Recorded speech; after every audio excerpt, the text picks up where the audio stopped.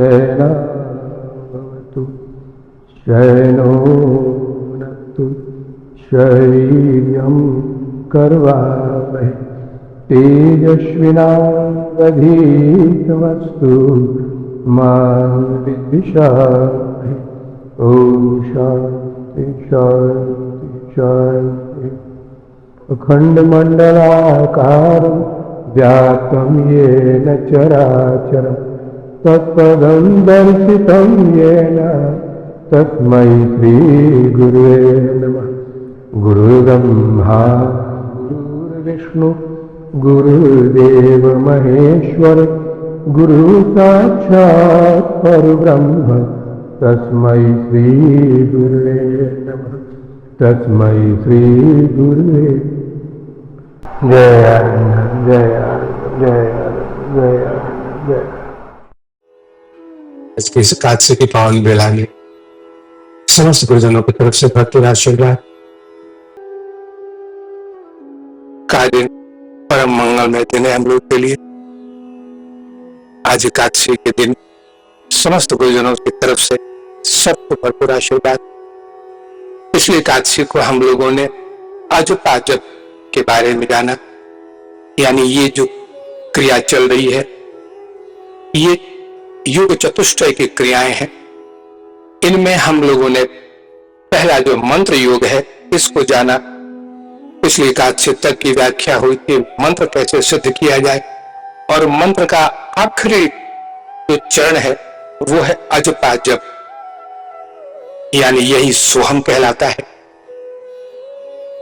तो परावाणी से जो मंत्र चैतन्य हो जाए वही अजपा है। अब आज दूसरा योग का चरण शुरू करेंगे हम लोग, और वो है हठ योग। तो जैसे मैंने बताया था कि 4 योग हैं, ये महायोग है। पहला मंत्र योग था, आज दूसरा हठ योग है, इसी तरह लय योग है और राजयोग है। आइए आज हठ योग के बारे में जानें। हठ योग किसको कहते हैं? हठ में 2 शब्द हैं, ह और ठ। ह का मतलब होता है सूर्य और ठ का मतलब होता है चंद्रमा, यानी सूर्य नाड़ी और चंद्र नाड़ी, यानी पिंगला और पीड़ा। तो हठ योग का मतलब हुआ कि वो योग कहते हैं जुटना, एक साथ मिल जाना। तो सूर्य नाड़ी और चंद्र नाड़ी जो मिलकर एक साम्यावस्था में पहुंच जाए और दोनों मिलकर अपने अस्तित्व को खत्म कर दें, विलय कर दें, तब एक तीसरे नाड़ी का जन्म हो, उसी का नाम है हठ योग। तो सूर्य नाड़ी जब तक अपने अस्तित्व को बनाकर रखी है, जब तक चंद्र नाड़ी का अस्तित्व है, तभी तक जीवन है, तभी तक जन्म और मरण है। लेकिन जब ये ह और ठ यानी सूर्य और चंद्रमा ये दोनों मिलकर सुषुम्ना को जन्म दे दें, सुषुम्ना में प्रवाहित होना शुरू कर दें, इसी का नाम हठ योग है। तो साधा प्रेमियों, हठ योग की जो क्रिया है, हठ योग हमें सिखाता है कि श्वास को नियंत्रित करके, जो हम श्वास लेते हैं और छोड़ते हैं, इसको नियंत्रित करके और इन दोनों का विलय कर दे, इन दोनों के अस्तित्व को खत्म करके और सुषुम्ना में प्रवाहित हो जाए। जिस दिन सुषुम्ना में हमारे जो स्वर है, ये श्वास का प्रवाह सुषुम्ना में शुरू हो गया, उस दिन हमारी मुक्ति है। उस दिन जन्म लेने का जो उद्देश्य है ये पूरा हो जाता है। तो हमारे शरीर में, जैसे आप जानते हैं, इसके बारे में अनेक व्याख्याएं हुई हैं कि इड़ा और पिंगला, ये गर्म नाड़ी और ठंडी नाड़ी, ये दोनों चलती हैं। और गर्म नाड़ी है पिंगला, इड़ा नाड़ी है ठंडा, ये दोनों का प्रवाह चलता रहता है, और तभी तक सुख और दुख है, तभी तक जन्म और मरण है। लेकिन हमारे शरीर में ही हठ योग के माध्यम से जो क्रियाएं बताई गई हैं, इनमें प्रमुख है षटकर्म क्रिया है, खेचरी है, आसन है, मुद्रा है, आदि आदि जो क्रियाएं बताई गई हैं हठ योग में, इनमें प्रमुख खेचरी है। ये जो जो भस्त्रिका हम करते हैं ये सब हठ योग है। और हठ योग का जो प्रथम कर्तव्य है वो है शरीर को पुष्ट रखना, शरीर को स्वस्थ रखना। साधक हम क्रिया तो करते हैं, हम साधना भी करते हैं, योग साधना में हम आगे भी बढ़ते हैं, हमने दीक्षा ली है योग मार्ग की, लेकिन हम शरीर के प्रति उतने ईमानदार नहीं हैं। हम शरीर को एक ऐसे मझधार में छोड़ देते हैं जहां वो अपनी मर्जी से जीता है और मरता है। हमने कभी इस तरह का प्रयास नहीं किया कि हठ योग की क्रियाओं को करके शरीर को स्वस्थ रखा जाए। देखिए, योगी की पहचान सिर्फ स्वस्थ शरीर से होती है। योगी वही है जो अपने शरीर को स्वस्थ रखे। क्यों? क्योंकि स्वस्थ शरीर ही स्वस्थ मन को जन्म दे सकता है। अगर शरीर स्वस्थ नहीं है, बीमारियों से ग्रस्त है, तो स्वस्थ मन कभी जन्म नहीं ले सकता। इसलिए पहले देखिए, हमारे यहां गुरुजनों ने 2 मार्ग बताए हैं कि या तो हठ योग से चलो या राजयोग से चलो। तो हठ योग और राजयोग में क्या फर्क है?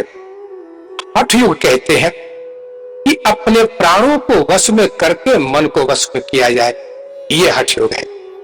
यानी अपने प्राणों को माध्यम बनाते हैं हम, प्राण मन कहते हैं इड़ा और पिंगला, इसको माध्यम बनाकर इस पर अंकुश लगाया जाए, श्वासों का को आयाम दिया जाए, इसको प्राणायाम कहते हैं। प्राणों पर आयाम के माध्यम से मन को वश में किया जाए, यह हठ योग है। तो फिर राजयोग क्या है? राजयोग है मन के माध्यम से श्वासों को वश में किया जाए। तो हठ योग श्वासों को लेकर चलता है, यानी शरीर के माध्यम से चलता है, क्योंकि आपके प्राण तब तक स्वस्थ नहीं हो सकते हैं जब तक कि शरीर स्वस्थ नहीं है। तो हठ योग की क्रियाएं इसलिए गुरु ने बताई हैं कि पहले शरीर को स्वस्थ बनाओ। इसके लिए षटकर्म क्रिया होती है, इसमें नीति धूति कई तरह के गजकरणी कई क्रियाएं हैं। इसके बाद फिर आसन को दृढ़ करो और फिर मुद्रा को ठीक करो, खेचरी लगाओ। ये सब क्रियाएं होती हैं जो हम प्रातः काल शक्ति चालनी करते हैं, ये सब हठ योग के अंतर्गत होते हैं। तो हठ योग का उद्देश्य है कि शरीर को स्वस्थ रखकर और तब फिर इसके माध्यम से मन को वश में किया जाए, लेकिन हठ से, क्योंकि मन को वश में करना उतना आसान नहीं है और शरीर भी वैसे ही विषयी है, दोनों ही विषयी है। और प्राण के धर्म है भूख और प्यास। तो हठ योग के माध्यम से शरीर को हम एक माध्यम बनाते हैं और अपने प्राणों पर विजय प्राप्त करके मन को वश में कर लेते हैं। तब मन को वश में करने की अलग कोई क्रिया नहीं करनी पड़ती है, लेकिन अब इतना निश्चित है कि अगर साधक इतना संकल्प ले ले कि हम जीवन में एक निश्चित संकल्प के माध्यम से चलेंगे और हठ योग के माध्यम से शरीर को वश में करेंगे, इंद्रियों को वश में करेंगे, तब अपने आप मन वश में हो जाएगा। और मन वश में होने का मतलब ही है मुक्ति। लेकिन अगर ऐसा नहीं कर पाया तो राजयोग है। राजयोग थोड़ा सा लंबा चलता है, 1 जन्म 2 जन्म, क्योंकि वो मन के माध्यम से चलता है और मन को एक छोटे बच्चे की तरह समझाना, दुलार करके समझाना, कभी कभी जिद करना, हट करना। तो ऐसा करके मन को समझाते समझाते और तब प्राणों को वश में करता है, तब शरीर को वश में करता है। तो मन हो गया प्रमुख और गौर बच जाता है शरीर और प्राण। लेकिन हठ योग ऐसा नहीं मानता। तो साधक में हठ योग की क्रियाओं में जैसे मैंने बताया कि शरीर को स्वस्थ रखना, अगर शरीर स्वस्थ है तो सब कुछ है, मन भी स्वस्थ है, मन का भी एक सुंदर मन का जन्म होता है। अब देखें, शरीर ये सारा ब्रह्मांड ईश्वर का बनाया हुआ है, तो ये सारा ब्रह्मांड जो है वो ईश्वर का शरीर है, परमात्मा का। जैसे कि हमारा ये शरीर हमारा यानी हम जो जीव आत्मा है उसका शरीर है, तो ये जो हमारा शरीर है ये ब्रह्मांड की तरह ही एक पिंड है और इसमें निवास करने वाली आत्मा है यानी हम हैं। तो अपने को अगर जानना है तो मंथन करे, शरीर का मंथन करना सीखे। और शरीर का मंथन होता है इसकी जो उत्तेजना है, इसका जो भाग दौड़ है, विषयों के प्रति इसकी जो आसक्ति है, इसको कम करना होगा। विषय तो आप जानते हैं क्या होता है, 5 इंद्रियां हैं, 5 इंद्रियों के 5 विषय हैं, यही विषय है। तो मन हमेशा इनकी तरफ भागता है क्योंकि मन राजा है इंद्रियों का। तो जिस दिन हम अपने इंद्रियों को वश में कर लेते हैं उस दिन हम योगी बन जाते हैं। तो ये ब्रह्मांड में जैसे एक पिंड है परमात्मा का, वैसे ही आत्मा का पिंड ये शरीर है। तो जिस दिन आपने शरीर को वश में कर लिया, शरीर को स्वस्थ रख लिया, उस दिन परमात्मा के दर्शन हो जाते हैं। वही परमात्मा जो इस पूरे ब्रह्मांड में स्थित है। इसलिए शरीर को स्वस्थ रखना जरूरी है साधना प्रेमी। और शरीर के स्वस्थ होने की महत्ता का पता चलता है जब शरीर बीमार हो और न साधना के योग्य हो, न ही संसार के निर्वाह के योग्य हो। अपना खुद का काम हम नहीं कर पाते हैं शरीर के अस्वस्थ होने से। तब पता लगता है कि शरीर अगर स्वस्थ रहा होता तो कितनी बड़ी नियामत थी, कितनी बड़ी संपत्ति होती मेरे पास। इसलिए शरीर को स्वस्थ रखना बहुत जरूरी है। साधकों, शरीर को स्वस्थ रखने की क्रियाएं जो हैं हठ योग में हैं, और हठ योग की क्रियाओं में जब आगे बढ़ते हैं तो प्रकृति ने ऐसा नियम बना दिया है कि शरीर को वश में करने के लिए अगर हठ योग का प्रयोग किया हमने तो इस बीच में कई सिद्धियां मिलती हैं। ये सिद्धियां अणिमा, महिमा, लंघिमा, आपने नाम सुना होगा। शरीर को जितना बड़ा कर ले, शरीर को जितना छोटा कर ले, अदृश्य कर ले, पर काया प्रवेश कर ले, ये सब शरीर की सिद्धियां हैं जो शरीर को वश में करने वाले हठ योगी को प्राप्त होती है। लेकिन एक बात याद रखें, सिद्धियों के माध्यम से सब कुछ जान सकते हैं, दूसरों के मन की बात को जान सकते हैं, लंदन और पेरिस में क्या हो रहा है उसको जान सकते हैं। लेकिन अगर किसी चीज को नहीं जान सकते हैं वो है परमात्मा, ईश्वर को नहीं जान सकते हैं। इस सिद्धियों के बल से ईश्वर नहीं मिलता, सिद्धियों के बल से अपने आप को नहीं जान सकते, कदापि नहीं जान सकते। इसलिए योगी के लिए एक मल की तरह त्याज्य वस्तु है सिद्धि। तो जिस दिन हठ योग में आगे बढ़ेंगे उस दिन ये सिद्धियां स्वतः ही आती है रास्ते में, हाथ जोड़कर आती। लेकिन हठ योगी वही है जो इन सिद्धियों के वश में कभी ना हो। देखिए उनकी तरफ, बस उद्देश्य है शरीर को और प्राणों को वश में कर लेना और परमात्मा को जानना। देखिए हमारे धर्म ग्रंथों ने, पातंजल ऋषि ने स्पष्ट शब्दों में कहा है कि हम जब श्वास को लेते हैं और श्वास को छोड़ते हैं तो श्वास को छोड़ते समय 12 अंगुल बाहर तक श्वास आता है। 12 अंगुल इस तरह से गिनती होती है, 4, 4, 8 और 4, 12। यहां तक श्वास जब छोड़ते हैं तो पहुंचता है, और जब श्वास लेते हैं तो अंदर में 10 अंगुल तक जाता है। तो ये स्वाभाविक गति है श्वास। अब श्वास की अगर गति स्वाभाविक ही रह गई तो मरना जीना भी स्वाभाविक ही रहेगा। तब आप एक गृहस्थी, आप सांसारिक व्यक्ति, आप योगी नहीं बन सकते। तो कहा गया है कि श्वासों के उस बहिर्गमन जो उसकी दिशा है 12 अंगुल, इसको कम करता जाए। कम से कम इतना अभ्यास हो जाए कि हर 3 महीने में 1 अंगुल छोटा कर देंगे श्वास। 12 अंगुल से 11 हो जाए, 10 हो जाए, 9 हो जाए।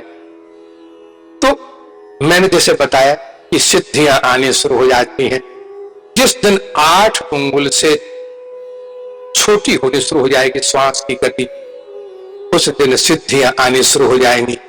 और पहली सिद्धि होती है संकल्प सिद्धि की। अब आप जो संकल्प करेंगे पूरा होगा। 7 पे आ जाएंगे तो दूर श्रवण की सिद्धि मिलती है। दूर कहीं भी कोई बैठा हो, बातें कर रहा हो, हिंदुस्तान के किसी भी कोने में उसकी बात को सुन सकते हैं। और अगर 6 अंगुल आ गया तो मन की मुराद पूरी होती है। अगर 5 आ गया तो अंतः प्रवेश होता है, किसी भी काया में प्रवेश कर सकते हैं। तो ये सिद्धियां आती है साधना प्रेमियों। लेकिन 5 के बाद जब हम 4 पे आते हैं, तब अगर हमने सिद्धियों की तरफ ध्यान नहीं दिया, अगर सिद्धियों की तरफ में ध्यान देकर फंस गए, तो फिर श्वास कभी छोटा नहीं हो पाएगा। और तब जो 4 के बाद में अंतः प्रवेश की क्रिया शुरू होनी चाहिए थी, वो नहीं हो पाएगी। लेकिन अगर हमने सिद्धियों की परवाह नहीं की, सिद्धियां आती रही, नाना प्रकार के प्रलोभन देती रही, लेकिन मन कभी उनकी तरफ नहीं गया, तो श्वास लगातार छोटा होता चला जाएगा और 4 अंगुल होते ही अंदर प्रवेश कर जाएगा। अब ये अंदर की यात्रा शुरू हो गई। और फिर 3 अंगुल, 2 अंगुल और 1 अंगुल जो प्रवेश होते ही श्वास की बहिर्गति जो है, बाहर का जो गमन है श्वास का, ये रुक जाएगा। गीता में भगवान ने कहा है अर्जुन से कि अर्जुन, प्राणापानो अवरुद्धम, जो प्राण और अपान का ये अवरुद्धम, इसका जो अंतर्गति है इसको देखो। नासाभ्यंतर चारणम, उन्होंने कहा कि नासिका के भीतर श्वास जो चलता है वही अमृत को देता है। नासिका के बाहर जो श्वास निकलता है ये जन्म और मृत्यु को देता है। संसारिक विषयों को दे सकता है लेकिन ईश्वर को नहीं दे सकता। तो जिस दिन 1 अंगुल और वो भी खत्म हो जाए, उस दिन कुंभक होता है और तब कीड़ा का विलय होता है पिंगला में, और दोनों का अस्तित्व विलय कर जाता है सुषुम्ना। तो नासाभ्यंतर चारणो, भगवान ने कहा है कि ये जो प्राणापानो यथारुद्ध्वा, प्राण और अपान को अवरोध कर दो। नासाभ्यंतर चारणम, इनको अंदर कर। और ये श्वास की गति जैसे मैंने बताया हमेशा याद रखेंगे। जिस दिन हठ योग में आगे बढ़ेंगे, उस दिन जो तांडव नृत्य है, नाना प्रकार की जो सिद्धियां आएंगी, इनके इस तांडव नृत्य का सामना करना पड़ेगा। लेकिन अगर इस प्रलोभन में फंस गए तो फिर ये जीवन गया। बहुत कम ऐसे होते हैं साधक जो उबर पाते हैं इनके प्रलोभन से, इनके लालच से, और तब संसारिक प्रलोभन में रह जाते हैं। नाना प्रकार के चमत्कारों को दिखलाते सारा जीवन बीत जाता है और अंत में दर्दनाक मृत्यु को प्राप्त होते हैं। कभी उसकी तरफ आंख उठाकर न देखें। अगर ऐसा कर लिया तो गति तत्काल 4 से कम होनी शुरू हो जाएगी और तब आपका प्रवेश अंदर हो जाएगा, ना साधन तक।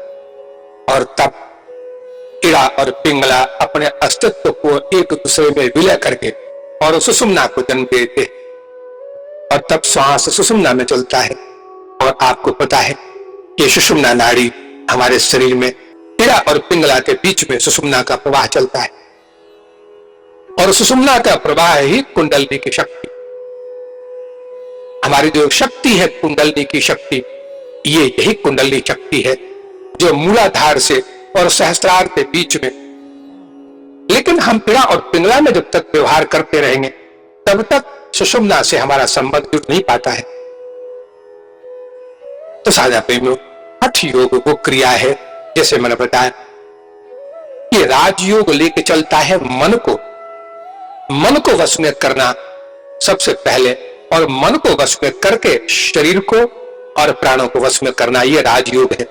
लेकिन हठ योग पहले शरीर को वश में करता है, शरीर को कस देता है और जैसे कि योग के व्यायाम है, जैसे हम शक्ति चालनी क्रियाएं करते हैं, भस्त्रिका करते हैं, आसन को दृढ़ करते हैं, ये सब क्रियाओं से शरीर वश में हो जाएगा। और ये बहुत बड़ी संपत्ति होती है एक साधक के जीवन में। इतना न समझे कि सिर्फ योगी ही बन के रह जाएंगे, आप एक व्यवहारिक पुरुष बनेंगे, जीवन के सारे गुण आप में आएंगे। अगर योगी बनना हो तो योगी बन जाए तो योग की पराकाष्ठा तक पहुंच सकते हैं, नहीं तो एक अच्छे आदर्श जीवन निर्वाह करने वाले नागरिक बन सकते हैं। इसलिए शरीर को वश में करना, इंद्रियों को वश में करना, श्वास को वश में करना, इसका संबंध आध्यात्म से कम आपके व्यवहार से ज्यादा है। हमेशा इन चीज को आजमा कर देखे जीवन में। ये अति दुर्लभ चीज है कि शरीर को पहले वश में करे। शरीर को वश में करने वाला व्यक्ति हमेशा एक संकल्प को लेकर और संयम के दायरे में रहता है। संयम टूटा नहीं, इस शरीर बिखरना शुरू हो जाता है। और श्वास, आपको पता होगा कि बहुत तेज श्वास लेने वाले जल्दी संसार छोड़ के चले जाते हैं, नाना प्रकार की बीमारियों को पकड़ते हैं। जो जितना तेजी से श्वास ले रहा है, जिसका प्रवाह 12 अंगुल तक है और कभी कभी 12 से ज्यादा होता है, 16 होता है, 36 तक जाता है। जब आप मैथुन में होते हैं, स्त्री पुरुष संबंध जब होते हैं, उस वक्त 36 अंगुल तक श्वास चलता है। जब आप बाहर से दौड़ के आते हैं, एक आदमी जो दौड़ता हुआ आता है व्यायाम करके, उसका 32 अंगुल श्वास चलता है। तो जितना तेज प्रवाह चलेगा उतनी आयु क्षय होती है, उतना श्वास का क्षय। तो ये सब चीजें होती हैं। और जितना कम उतना लंबा आयु होता है। और आयु लंबी करनी हो, दीर्घायु और स्वस्थ शरीर, प्रसन्न चित्त मन, तो हठ योग की क्रियाओं को सीखें। हठ योग की क्रियाओं में थोड़ा संयम करना पड़ता है, थोड़ा नियम को मान के चलना पड़ता है। जितना बताया जाए उतना ही करें। देखिए, परम गुरुदेव का एक ही सिद्धांत था, मैंने भी उसकी थोड़ी अवहेलना की, जिसके कारण मुझे दाहिनी आंख से बहुत कुछ नुकसान सहना पड़ा, बहुत कष्ट झेलना पड़ा। उन्होंने वर्जन किया था कि इस सीमा का उल्लंघन कभी मत करना, लेकिन जल्दबाजी में जल्दी कुछ अनुभव हो जाए, इसलिए मैंने हठ योग के उन सीमाओं का उल्लंघन कर दिया। कभी नहीं करना चाहिए। ऐसा कभी न सोचें कि जल्दबाजी में आप बहुत जल्दी ईश्वर को पा सकते। ये एक नियमित क्रम होता है, पहले इसको शुद्ध करें, इसके बाद उसको शुद्ध करें, तो ये क्रम अपने आप चलता है। इसलिए जल्दबाजी नहीं, धीरे धीरे चलना चाहिए। इसमें आप राजयोग में जितनी जल्दबाजी करें कोई नुकसान नहीं है, हठ योग में जल्दबाजी नहीं। देखिए, हठ योग का सिद्धांत बताता हूं। हठ योग का मूल सिद्धांत है, यह सिद्धांत राजयोग में भी है, लेकिन हठ योग प्रमुखता से इसका पालन करता है। हठ योग का कहना यह है कि हमारे 3 शरीर हैं, स्थूल, सूक्ष्म और कारण। तो कारण शरीर सूक्ष्म के साथ इतना घुल मिल गया है, इतना चिपका हुआ है कि अपने अस्तित्व को भूल गया है और वो सूक्ष्म शरीर के सुख दुखों को अनुभव करता है। कारण शरीर में अहंकार है, अज्ञान है, और अहंकार है सूक्ष्म शरीर में। तो सूक्ष्म शरीर कारण शरीर के इतना करीब है, इतना मिला जुला है कि कारण शरीर जिसमें अज्ञान तो है लेकिन परमात्मा स्वरूप है, अति आनंदमय अज्ञान है। ये अज्ञान भी ईश्वर का ही अंश है, अति शुद्ध। संसार का अज्ञान गिराता है और परमात्मा का वो अबोध अज्ञान मुक्त कर देता है।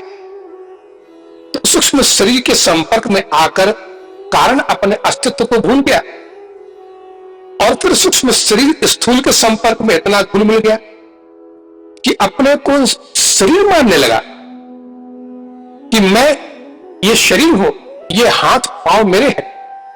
ये अज्ञान बढ़ता जाता है। तो कारण शरीर अपने आप को सूक्ष्म मानने लगा और फिर अहंकार करने लगा, संसार में अपने को सुखी दुखी मानने लगा।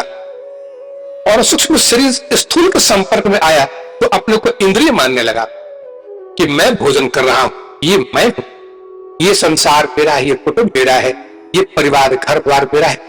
कहते हैं कि पहले हठ योग हठ करके इस संबंध को विच्छेद करता, पहले सूक्ष्म को स्थूल से तोड़ेगा और स्थूल को अलग करता है सूक्ष्म से, और तब सूक्ष्म से कहता है कि अपने को पहचानो तुम कौन हो।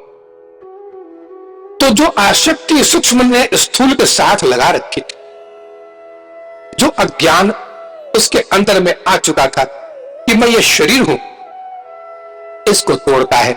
और साधा पेटो ये तभी टूटता है जब भी भस्त्रिका करेंगे, भस्त्रिका करते करते उस एक ऐसी अवस्था में पहुंचते हैं जहां पर के एकदम थक के शरीर निश्चेष्ट हो जाता है, कुंभक लगता है, शरीर निश्चेष्ट हो जाएगा। उसका प्रत्यक्ष अनुभव होता है कि स्थूल अलग है, मैं अलग। अब ये मैं जो है वो सूक्ष्म शरीर है, वास्तव में वह है कारण शरीर, लेकिन वो अपने को मानता है सूक्ष्म शरीर। तो हठ योग सबसे पहले अपने स्थूल शरीर से हमारा संबंध तोड़ता है, तब माया का संबंध टूटता है। तो जैसे मैंने बताया कि हठ योग हमेशा शरीर को लेकर चलता है, प्राण को लेकर चलता है और फिर मन तक पहुंचता है, मन को अलग कर देता है। राजयोग भी वही करता है। राजयोग में भी वही है कि अपने को पहचानो, अपने मन को पहचानो। और कहता है राजयोग, हठ योग भी कहता है कि जिस दिन परमात्मा से हम अलग हुए थे, यानी वो परमात्मा जो अति शुद्ध, जो अद्वैत है, उस परमात्मा से जब अलग सत्ता हमारी हुई तो उसी परमात्मा ने अपने आप को 3 खंडों में बांट दिया, शरीर मन और आत्मा। शरीर मन और आत्मा। तो ये आत्मा मन को लेकर शरीर में जब प्रवेश किया तो जीव कहलाया। उसी परमात्मा से जब हम अलग हुए अपने संसार यात्रा को लेकर, इच्छाओं को लेकर, तो परमात्मा ने ही अपने आप को 3 खंडों में बांट दिया, पहला शरीर, दूसरा मन और तीसरा आत्मा। आत्मा को तो रहना ही था, लेकिन आत्मा ने संबंध जब स्थापित किया मन से और शरीर में प्रवेश किया तो उसका नाम पड़ गया जीवात्मा। अब ये जीवात्मा भटक रहा, अपने परमात्मा स्वरूप से अलग हो चुका है। तो हठ योग सबसे पहले काम करता है कि उस जीव को सबसे पहले मन के सहित शरीर से अलग करता है। कहता है कि हे परमात्मा स्वरूप, हे आत्मा, अपने आप को पहचानो। तुम मन नहीं हो, तुम शरीर नहीं हो। तुमने मन से संबंध स्थापित किया और फिर इस शरीर में जो प्रवेश किए, तुम्हारा नाम जीवात्मा बन चुका है और तुम भूल गए हो कि तुम कौन हो। तो शरीर को अलग करो। तो यहां हठ योग काम करता है, तोड़ता है हठ योग, और बहुत बेरहमी से तोड़ता है। दादा पीनू, इस बेरहमी का अंदाजा तब लगेगा आपको जिस दिन आप साधना में, हठ योग की क्रियाओं में उस गहराई तक पहुंचेंगे। उस वक्त बहुत तिलबिलाहट सी होती है। ये माया से संबंध जब टूटता है तो सबसे बड़ा बिखराव होता है जीवन। जीव तिल मिलाता है, असह्य वेदना होती है, जिसको अब तक अपना माना सबको छोड़ना पड़ेगा। ये काम हठ योग का है। राजयोग भी वही करता है, पहले मन के माध्यम से बनाकर शरीर को अलग करता है राजयोग, और फिर कहता है जीव से कि हे जीव, अपने आप को पहचानो, तुम न मन हो न शरीर हो। तो साधना प्रेमियों, आखिर उद्देश्य क्या बना हठ योग का और राजयोग का? दोनों का एक ही उद्देश्य है, प्रेमी और प्रेमिका को मिला देना। जैसे कोई भटका हुआ प्रेमी अपनी प्रेमिका से भटक चुका है और दोनों तड़प रहे हैं एक दूसरे से मिलने के लिए, हठ योग वही करता है। देख रहा है कि ये जीव तड़प रहा है, ये संसार की भूख से प्यास अपनी भूख मिटा रहा है, क्या कभी भूख मिटा पाएगा? ये संसार के रिश्तों को अपना मानकर प्रेम बांट रहा है, क्या कभी प्रेम से संबंध जोड़ पाएगा? इसका प्रेम संसार का नहीं, वास्तविक प्रेम वही है जो ईश्वर से हो। तो तोड़ता है, राजयोग भी तोड़ता है, हठ योग भी तोड़ता है। दोनों का उद्देश्य है कि इस भटके हुए जीव को उसके अपने घर पहुंचा दो, उसके परमात्मा से मिला दो उसको। लेकिन सादा प्रेमो जरा सोचे, अगर मिलने वाले के अंदर में मिलने की बेचैनी नहीं है तो हठ योग और राजयोग क्या करेगा? आपने ठान रखी है कि मुझे अपने घर नहीं लौटना है, मुझे नहीं जानना है कि मैं कौन हूं, तो आपके लिए हठ योग भी उतना ही निरर्थक है, व्यर्थ है, जितना राजयोग। सब बेकार है। सवाल है कि आपके अंदर में क्या तड़प है ईश्वर को देखने की, ईश्वर तक पहुंचने की तड़प है? अगर है तो आइए शरणागति कीजिए हठ योग का और राजयोग का और देखिए क्या होता है। क्योंकि ये ऐसे तो है समाज सेवी जो आपको अपने प्रेमी से मिला सकते हैं। तो जितना बड़ा वैराग्य संसार से, उतना ही काम करता है हठ योग, उतना ही राजयोग। साझा प्रेमियों, एक बात तो आप जानते ही हैं कि ऐसे महामारो परम गुरुदेव हो, महाअवतार बाबा जी हो, लाहिरी महाशय हो, असंख्य गुरु आए और चले गए, आएंगे भी, लेकिन बहुत कम साधक, बहुत कम गृहस्थी ऐसे होते हैं जो गुरुजनों के सामने संसार से विरक्ति का संकल्प ले पाते हैं। गुरु कभी ऐसा नहीं चाहते हैं कि संसार से विरक्त होकर ईश्वर मार्ग में आए, कभी नहीं। उनका उद्देश्य इतना ही है कि अत्यधिक जो भोग कर रहे हो, अत्यधिक जो विषयों के प्रति भाग रहे हो, इसको कम कर दो, उतना ही आहार लो, उतना ही भोग को ग्रहण करो जितना कि आवश्यक है, जितना तुम बर्दाश्त कर सकते हो। तुम्हारा शरीर, मन, इंद्रियां जितने भोग को बर्दाश्त कर सके उतना ही ग्रहण करो, तब एक दिन निश्चित रूप में ईश्वर तक पहुंच जाओगे। तब तुमको गुरुजन मिलेंगे और ये गुरुजन तुमको निश्चित अपने पथ पर लगा देंगे। लेकिन ऐसा बहुत कम होता है। हर साधक एक संकोच में डूब जाता है कि कैसे विषयों को छोड़ने का संकल्प ले ले। देखिए, प्रकृति ने एक नियम बनाया है। एक उदाहरण देता हूं। एक गाय बंधी है खूंटे से, और खूंटे की रस्सी बहुत लंबी है, 10 गज लंबी है, और चारों तरफ उसके बिखरे पड़े हैं घास, और उसका चारा बिखरा पड़ा है, दाने बिखरे पड़े हैं। मालिक ने कहा है कि देखो, जहां हो वहीं पर चढ़ती रहो, वहीं तुमको आहार मिलेगा। ये सारा आहार पूरे महीने भर का है, सबको एक साथ खाने की चेष्टा नहीं करना। जहां हो वहां उस दिन का आहार तुमको मिल जाएगा, वहीं बैठे बैठे आहार ग्रहण करना। और स्वामी चला गया। गाय के मन में इच्छा हुई कि इतने अच्छे अच्छे तो सामने पकवान पड़े हैं, चख ले, क्या फर्क पड़ता है, मालिक तो देगा ही। और फिर गाय उठती है और पूरे घूमती रहती है खाने के लिए। अब जब घूमती है तो रस्सी भी खूंटे के तरफ लिपटता चला जाता है। रस्सी छोटी होती चली जा रही है, जितनी बार घूमती है गाय उतनी रस्सी छोटी होती चली जाती है। और एक समय ऐसा आता है कि रस्सी का जो लंबाई है खत्म हो जाता है, गाय खूंटे से सड़ जाती है, भोग पड़े के पड़े रह जाते हैं और गाय बिना भोजन के मर जाती। साधनापुर में क्या हम ऐसा नहीं कर रहे? दिल से पूछे, क्या वही चीज हमारे साथ नहीं है, कम उम्र में ही सब कुछ छोड़ जाता है। उम्र लंबी है लेकिन वो नहीं कर पाते, इसलिए कि हम अधिक भोग करने की इच्छा कर लिए। सादा हठ योग या कोई भी योग आपको उतना ही सिखाता है कि उतना ही आहार ग्रहण करो, उतना ही विषय भोग करो, उतना ही इंद्रियों को ढीला छोड़ो जितना इंद्रियां बर्दाश्त कर सके, जितना उनके लिए स्वस्थ करो, जिससे मन में विकार नहीं पैदा हो। मन में विकार अगर आ गया तो शरीर कभी टिक नहीं पाए। ये नियम है दादा। देखिए, हठ योग का मुख्य उद्देश्य क्या है?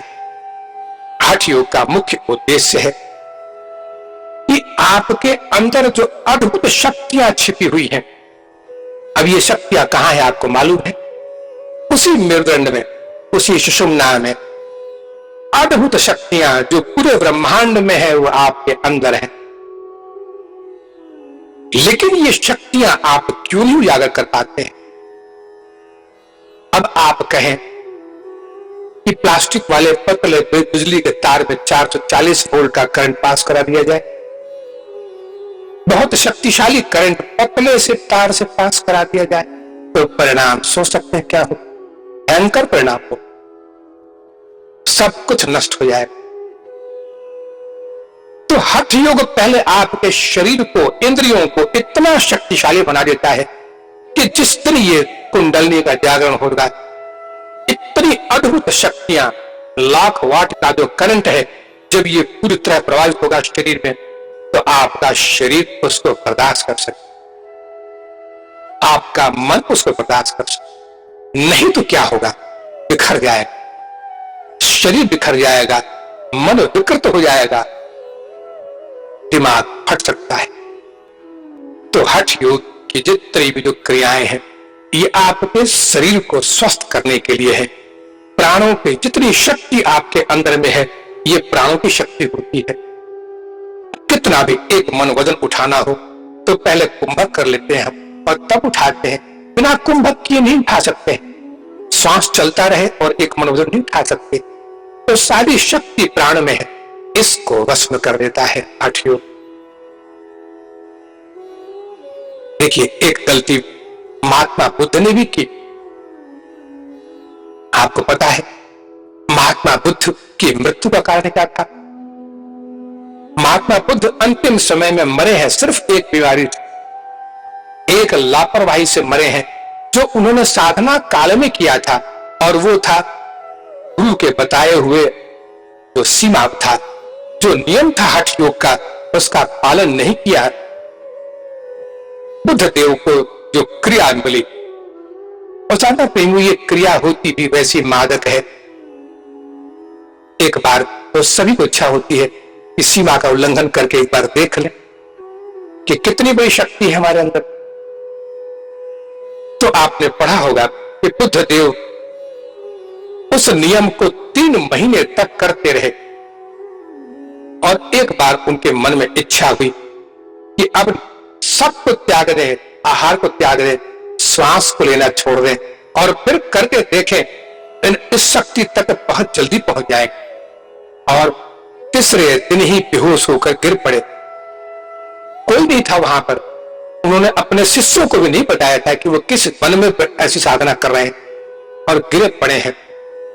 एक अबोध बालिका गांव की, जो भात बनाने के बाद में बाण को लेकर फेंकने जा रही थी, उसने समझा कोई भिखारी गिरा हुआ है, भूख से व्याकुल है, जबरन मुंह में मार डालती गई।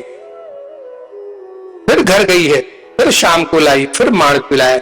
ऐसा कर 3 दिनों के अंदर में इनकी चेतना लौटी है, और बुद्ध देव को एहसास हुआ कि मैंने हठ योग की सीमा का उल्लंघन करके बहुत बड़ी भूल की।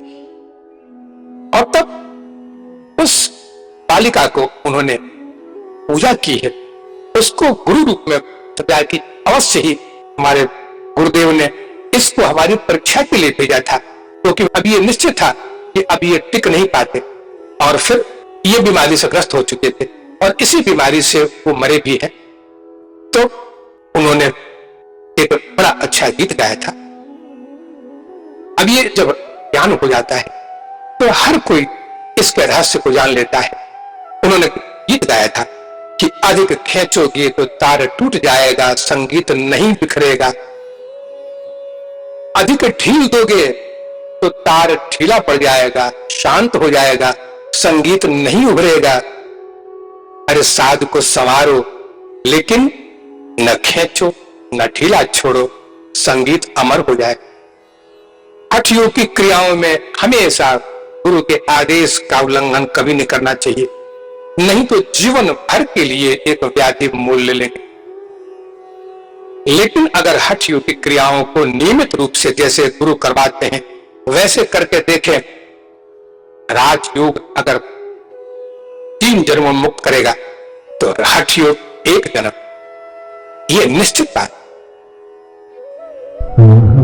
हरे तो पावेक मूल दासान दास भवता भूय मनः स्मरेतास पते गुणास्ते गृहीत्वाक कर्म करोतु काय नाक पृष्ठं न च पारनष्टं न सभवनं नरसाधिपत्यं न योगसिद्धि पुनर्भवं वा समञ्जसत्त्वं विरहण्यकरं च अजातपक्षा तीर्मातरं खगा स्तम्यं यथा मत्सतराच्युधारता प्रियं प्रियेव विसितं विषया मलवृन्दाक्षिविवृक्षते त्वां ममोत्तमशोक जनेश सख्यं संसारचक्रे भ्रमतः सकर्मभिः त्वन्मायात्मा मददार्गे स्वशक्तिचित्तस्य ननाथ भूयात् अहं हरितो पारेकमूल दासारुदासो भवतोऽस्मि भूयः। जय जय जय जय।